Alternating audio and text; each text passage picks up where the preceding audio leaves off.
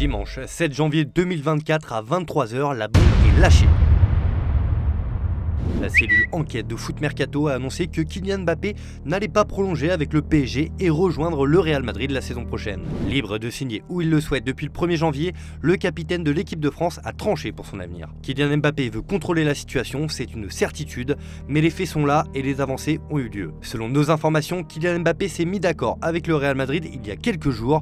L'international français a cette fois accepté de dire oui au club merengue après des années d'un jeu de dupes. Une information exclusive qui a fait grand bruit dans le monde du foot. Pourtant, il y a quelques jours, après le trophée des champions remporté face à Toulouse, Kylian Mbappé laissait encore planer le doute sur son avenir. Non, déjà, je suis très motivé, très motivé pour cette année. C'est très important. On a comme j'ai dit, des titres à aller chercher et on en a pris un déjà, donc c'est déjà chose faite. Après, non, j'ai pas pris ma décision encore, j'ai pas fait de choix.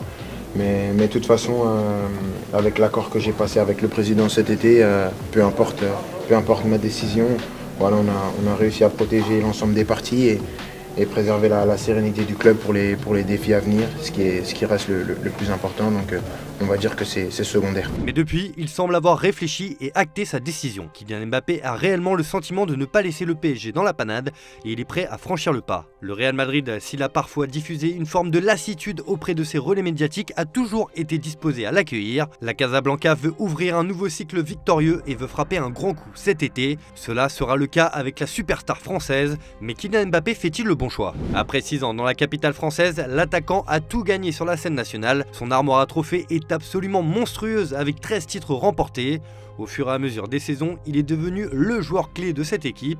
Il a surtout empilé les records puisqu'il est le meilleur buteur de l'histoire du club. Il est le meilleur buteur de l'histoire du club en Coupe de France. Il est aussi le joueur qui a marqué le plus de buts au Parc des Princes. Le génie français écrase tout sur son passage. Il détient aussi le record du nombre de buts inscrits dans un seul match, 5, du but le plus rapide de l'histoire du club en 8 secondes, du but le plus tardif à la 97e minute et 18 secondes. Enfin, il est le joueur à avoir inscrit le plus de doublés au total, 47, mais aussi le plus de triplés au total, 11. Bref, vous l'aurez compris, rien n'échappe au numéro 7 parisien. Et à part la Ligue des Champions, seul ombre au tableau, il a marqué l'histoire du PSG à jamais. C'est spécial, c'est des moments comme ça qui feront date. Et on joue pour ça. Je pense que chaque footballeur joue pour laisser son nom dans l'histoire, pour pas être oublié.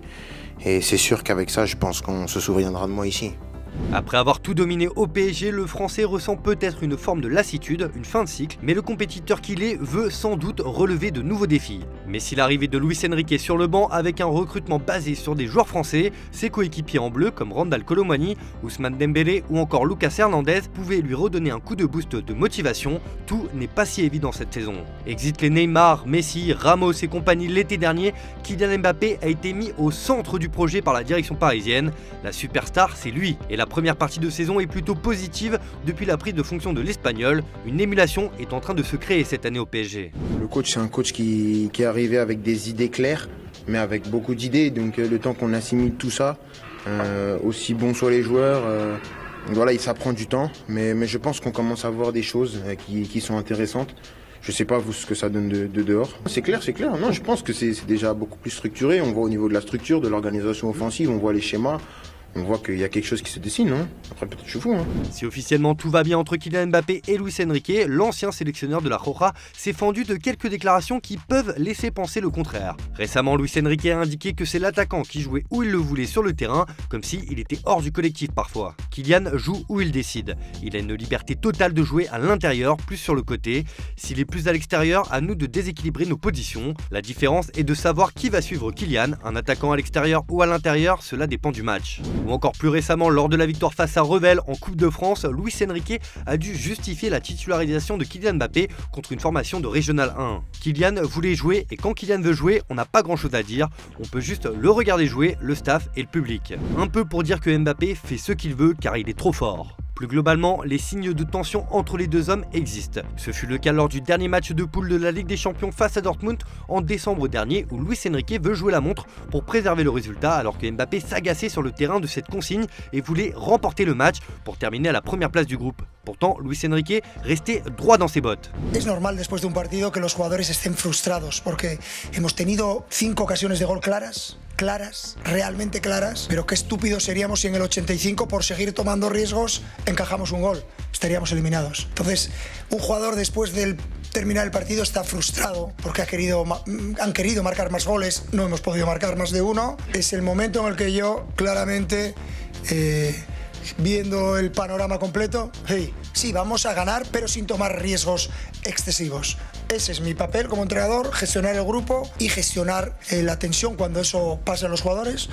Y creo que cuando se calman las emociones después del partido, es el momento de valorar que es una gran clasificación en un grupo el más difícil de la competición. Muchos les haría mucha ilusión vernos muertos, pero todavía estamos vivitos y coleando. Des désaccords aussi palpables sur le positionnement de l'attaquant. Mbappé a toujours confié qu'il était plus à l'aise sur l'aile gauche de l'attaque pour rentrer sur son pied droit et surtout cette position lui permet de prendre la profondeur pour faire parler sa vitesse.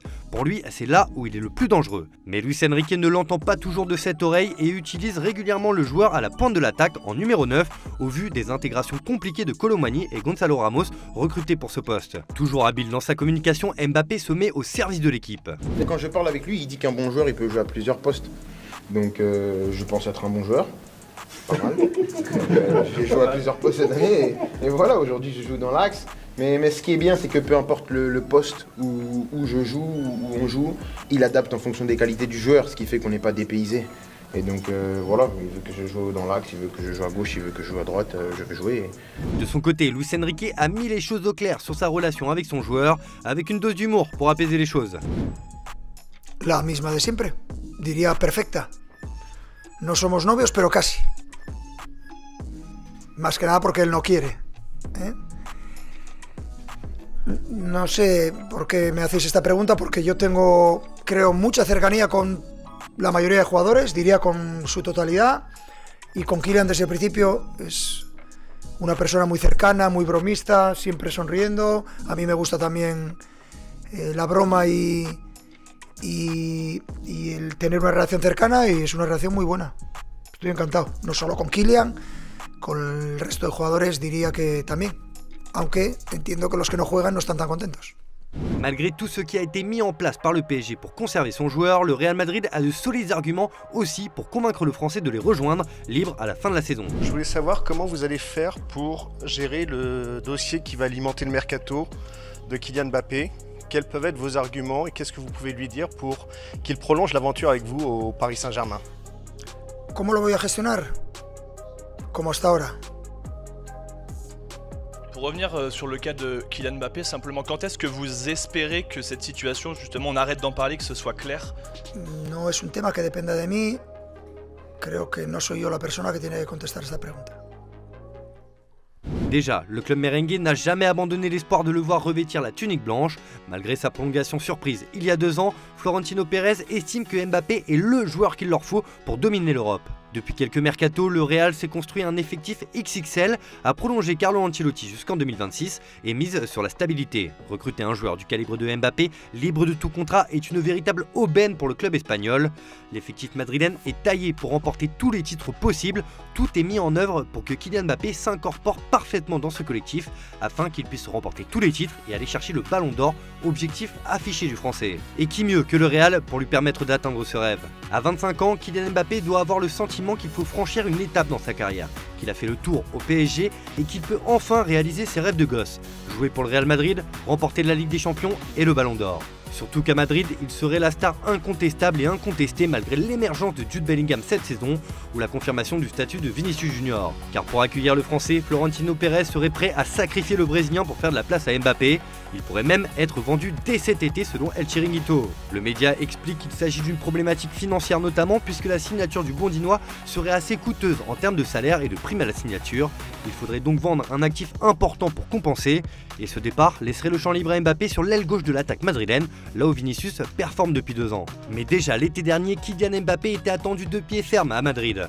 If anything, that my whole saga, if you like, has taught me that not everything that you see is true, and don't take that word for word. So I'm trying to build my own opinion from what I know, but in all honesty, he's a great player. Whatever he chooses to do, all the best to him. Would I like to play with a player like Kylian Mbappé? Who wouldn't? Et pour vous, Kylian Mbappé a-t-il raison de quitter le PSG à la fin de la saison? Fait-il le bon choix? Venez nous dire ce que vous en pensez en commentaire, on a hâte de vous lire et si cette vidéo vous a plu, n'hésitez pas à liker et à vous abonner pour ne pas manquer nos prochaines vidéos.